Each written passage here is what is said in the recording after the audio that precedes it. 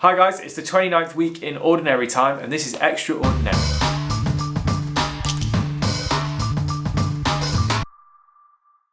This week we've got quite a few saints to run through, so we'll start as we mean to go on with Tuesday. Now this is the celebration of Pope St. John Paul II.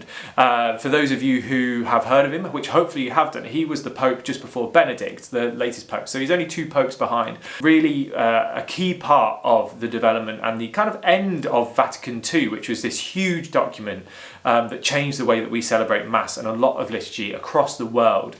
So he was a key part in that, and he was also, I think he's also the longest serving Pope ever. I think he was Pope for sort of 35, 36 years, and everyone kind of knew him as the Pope, and he was a big part of a lot of people's lives. Famously, he's Polish, and I think is the only Polish Pope we've ever had, so there's a huge affinity to him over in Poland. On Wednesday, we are celebrating the feast of St. John of Capistrano, who was a bishop, and he is the patron saint of jurists, like people who sit on juries, and the military chaplains. So, and the reason for that is because he is famous in leading a charge against the Ottoman Empire from Italy.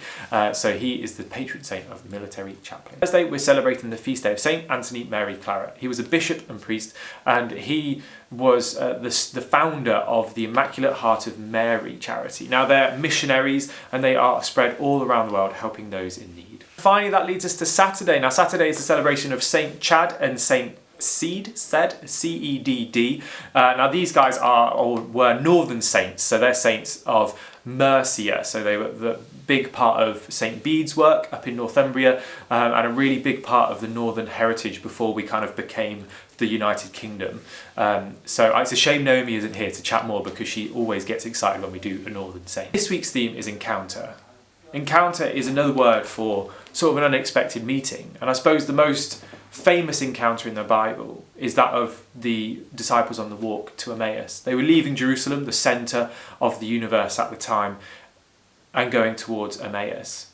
They meet Jesus on that road, they don't recognise him, but they have an encounter with him, and then their hearts burned as he was describing the scripture to them. Where do we see Christ in our day-to-day lives? Where do we encounter him?